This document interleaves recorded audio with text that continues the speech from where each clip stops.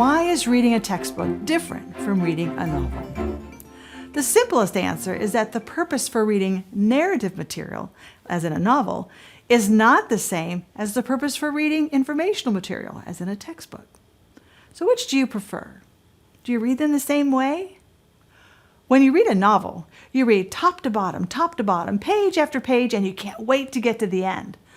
But when you read a textbook, you should preview the headings, the bold and italicized words, the pictures or charts or diagrams, and the captions. And this type of text should be read back and forth, looking back over the text features, and then go back and read the body of the text. That popping back and forth is called flexible reading. The text features enhance your understanding of the informational text. This is a learned skill, one of many, and there are dozens and dozens of skills, tools, a reader needs to master before getting into high school and beyond. In fact, informational reading constitutes 85 to 95% of an average adult's daily reading material, so this is a life skill. But when do we work on these skills? It's in the guided reading time. We learn and apply these skills while reading interesting literature and informational texts. We start with easy strategies. A strategy is a plan of action, so notice the verbs. We preview to gain a general impression of a topic. We seek answers to specific questions. We separate important ideas from details. We remember information. 4 simple steps. But as text gets more challenging, students learn organizational strategies, such as locating information in a variety of texts, selecting significant information, choosing what is important, that's a life skill, and organizing information like outlining and summarizing.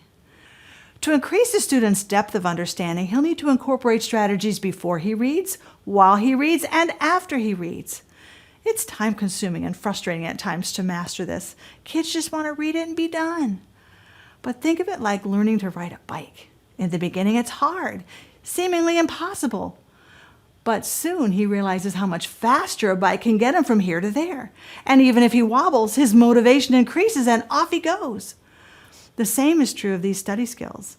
Gradually incorporating these strategies and skills will increase his attention span and his comprehension, and even reduce the time it takes to study for assessments. There are so many skills that I'm going to let them scroll while I talk. Pre-reading strategies put questions in the mind of the reader. This is so important.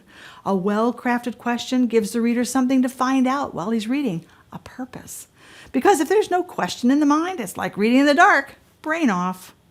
But asking a question to set the reader's purpose is like reading with the light on, brain on. The during reading strategies, such as noticing structural clues and content, help the reader understand unfamiliar vocabulary and concepts. And obviously, we can't do every strategy every day. We rotate the focus, building on the skill each time it's touched on, year after year, honing these study skills. And there are even more after-reading strategies and skills that can help your student learn to read informational and instructive texts. And often kids just want to know what's on the test. But getting all the answers on a test correct does not necessarily mean he understands the information. He must learn to care about the meaning and how things connect, not just the facts. So ask yourself, does your student establish his own purpose for reading? Locate information, select data, skim for general ideas, scan for specific data, identify the main idea, organize information, extract ideas from graphics, use study questions to preview and review, and respond to questions before reading on. These skills and dozens more need direct instruction, and he won't pick up many of these skills from reading a novel.